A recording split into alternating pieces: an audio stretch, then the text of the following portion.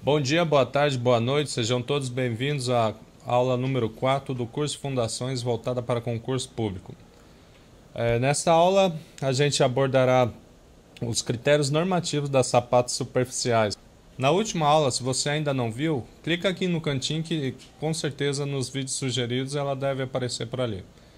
Na última aula, então, a gente abordou uma introdução sobre as sapatas superficiais. Quais são, demos alguns detalhes, mas agora a gente vai se aprofundar nesses detalhes, nesses critérios normativos. Mas antes disso, eu gostaria de mostrar um slide aqui para vocês.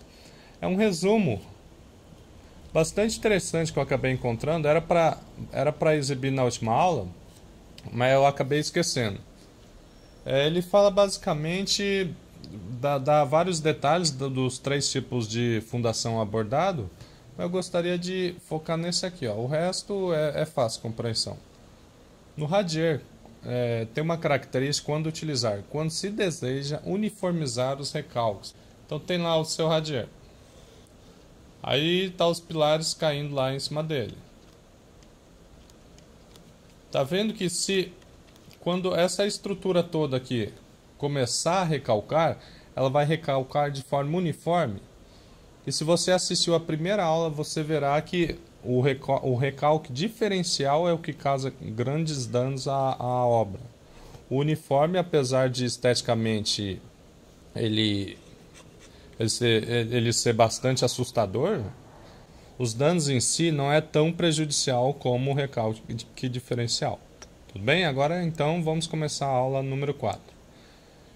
A norma NBR 6122 ela fala alguma coisa sobre a dimensão mínima da sapata, que é esse valor aqui, pessoal. Não pode ser inferior a 0,60 metros, ou seja, 60 centímetros. Vamos supor então que tem ali só a sapata isolada. Essa dimensão, ou essa, tem que ser maior ou igual que 0,60 ou 60 centímetros. Em relação à profundidade mínima, ela também fala alguma coisa. E o que ela diz é o seguinte: em divisa de terreno. Lembra aquele slide que eu falava sobre a viga de alavanca, que lá tinha um esquema de viga um pilar na divisa de terreno? Então, aqui era o terreno vizinho, né, e por aí vai. Então ele fala bem assim: em divisas de terreno, caso não esteja assente sobre rocha, deve ter profundidade mínima de 1,5 m. Ou seja, se não está assentado sobre rocha, pessoal, profundidade mínima, aqui ó, 1,5 m. Porém, ele dá uma exceção. Se a maioria das sapatas da obra apresentar dimensões inferiores a 1 metro, essa profundidade pode ser reduzida. Ou então, vamos supor que aqui tem várias sapatas, uma, duas e várias, sabe? E as dimensões dessas outras aqui são inferiores a 1 metro, tá ok? Tudo menos de 1 metro. Então, ele libera para você diminuir essa profundidade mínima. Por que ele tem essa exceção?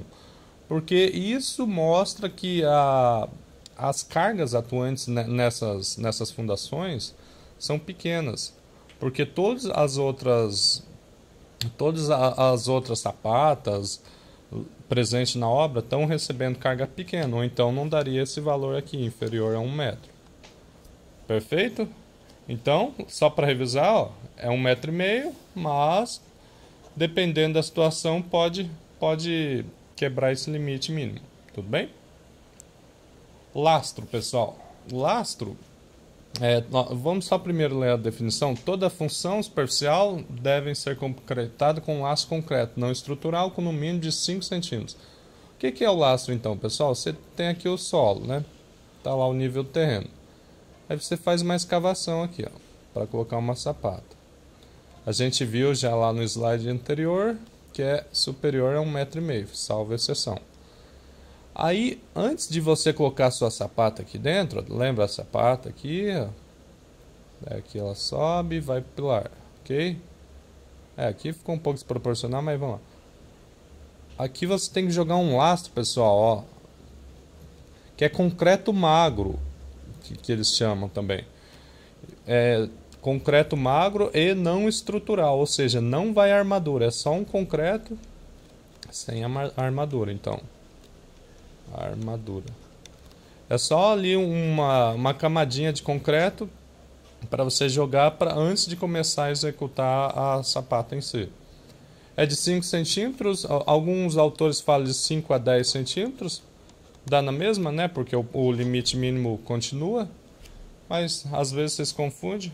Enfim, tem que obedecer esse critério, mínimo de 5 centímetros no lastro da fundação. Isso também é válido, pessoal, isso aqui, ó, é válido para assentamentos sobre rochas.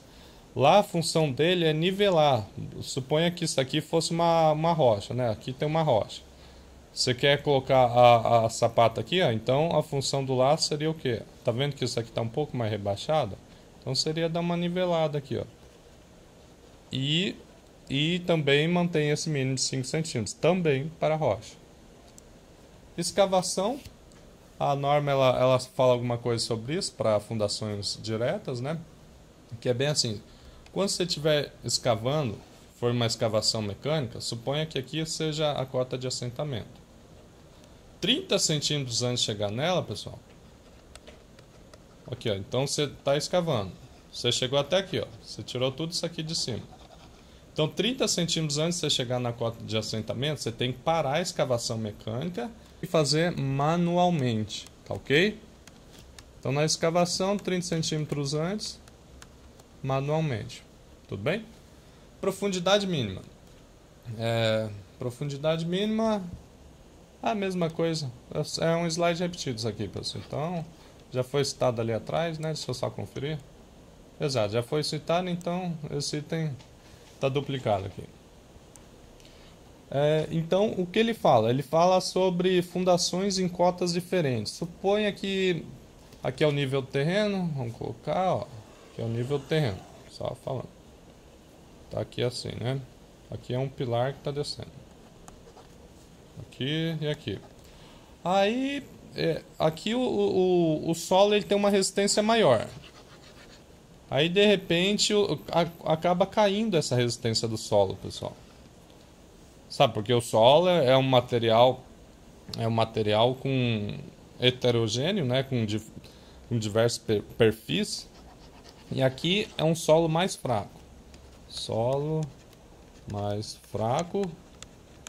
Ou então a carga vindo aqui é muito maior do que a carga dessa primeira fundação, por esses dois motivos. Enfim, tem essa diferença de cota de assentamento de ambas as fundações. Lembre-se então dessa citação aqui da norma. A fundação situada na cota mais baixa deve ser executada em primeiro lugar. Então essa daqui, ó, pessoal, primeiramente, executada em primeiro lugar. Tudo bem? Ele também tem uma exceção, a não ser que se tomem cuidados especiais durante o processo executivo contra o desmoronamento.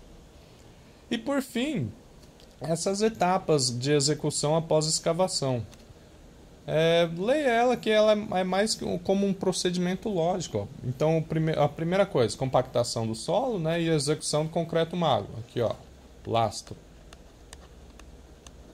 Colocação da forma da sapata, colocação da armadura do sapato, colocação da armadura do pilar, concretagem da sapata, colocação da forma do pilar, concretagem do pilar, desforme e reaterro. Obviamente, essa daqui deveria ser a última etapa. Esse aqui é quase um processo lógico, mas já vi inúmeras questões falando qual que é a ordem, o procedimento para se realizar a execução da sapata. Acabamos por aqui, pessoal. Pode ter parecido uma aula um pouco cheio de números, cheio de detalhes, mas é basicamente isso que inúmeras bancas cobram em concurso público. Eu vou repetir essa palavra que eu já falei ela inúmeras vezes, são as especificidades da norma, esses detalhezinhos que eles costumam cobrar. E muitas pessoas pensam que um engenheiro, só por ter experiência, ele já está muito à frente dos outros, mas não é bem assim, porque esses detalhes é muito difícil você decorar eles sem ter estudado. Só com a experiência prática você não pega esses detalhes de primeiro. Tudo bem? Então, até a próxima aula. Se você gostou dessa aula, segue meu canal, que eu sempre estou soltando umas aulinhas novas. Se você quer assistir as outras aulas desse curso, clica aqui no meu nome aqui embaixo e vai em vídeos que está tudo lá. É isso, um forte abraço. Tchau, tchau.